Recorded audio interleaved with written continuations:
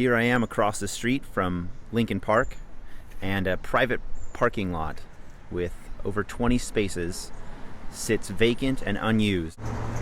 This is the Lincoln Park side of Mission Boulevard by Plaza de la Raza. You can see it there in the peach building in the background. There are over 50, almost 70 parking spots available here on street all day long after the city of Los Angeles removed their peak hour parking restrictions. This is a large public parking lot located on Selig Place, I believe it's called, Selig. Here's the skate park, and it's a short walk to the plaza just across there. Here we are behind the recreation center at Lincoln Park.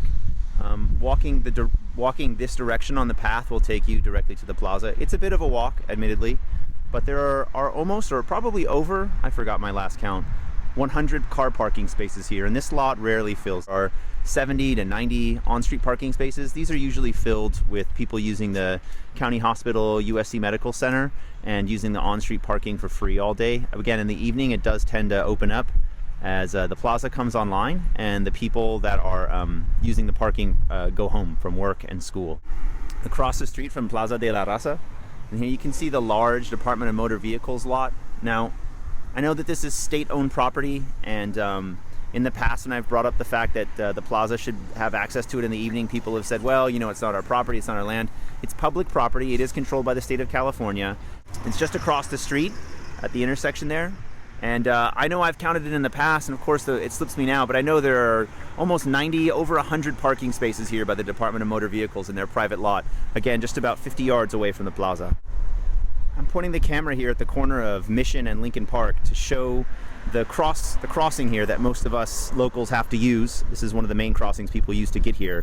That curb ramp is doesn't exist. So if you're in a stroller or a wheelchair, you have to go all the way down to the light at Valley, or you have to backtrack, cross over to Keith and Barbie, and then cross down at Selig Place.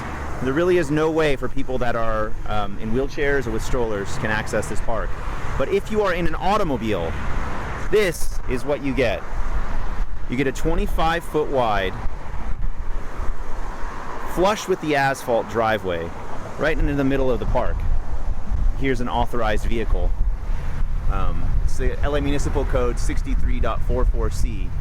Somehow allows this gentleman to drive right into the park. Nice guy. Don't worry about us using it here. This green grass area now has these boulders, which, you know, is nice. It keeps the majority of the automobiles off of it when they first enter the park, which was a problem a few years ago.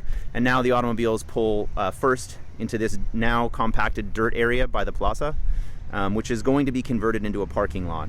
So whatever money and resources that could have been turned into installing a, you know, $1,500 curb ramp at that intersection I just showed you, improving the crosswalks by doing some $2,500 continental crosswalks and opening up, adding some additional crossing signals so that people can cross at all the corners adjacent to the park.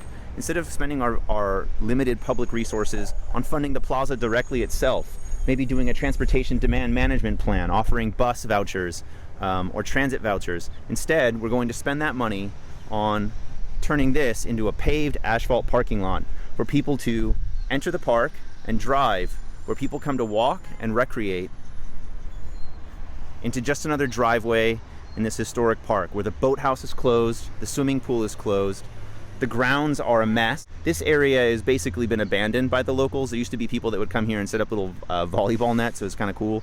They moved that volleyball area down there.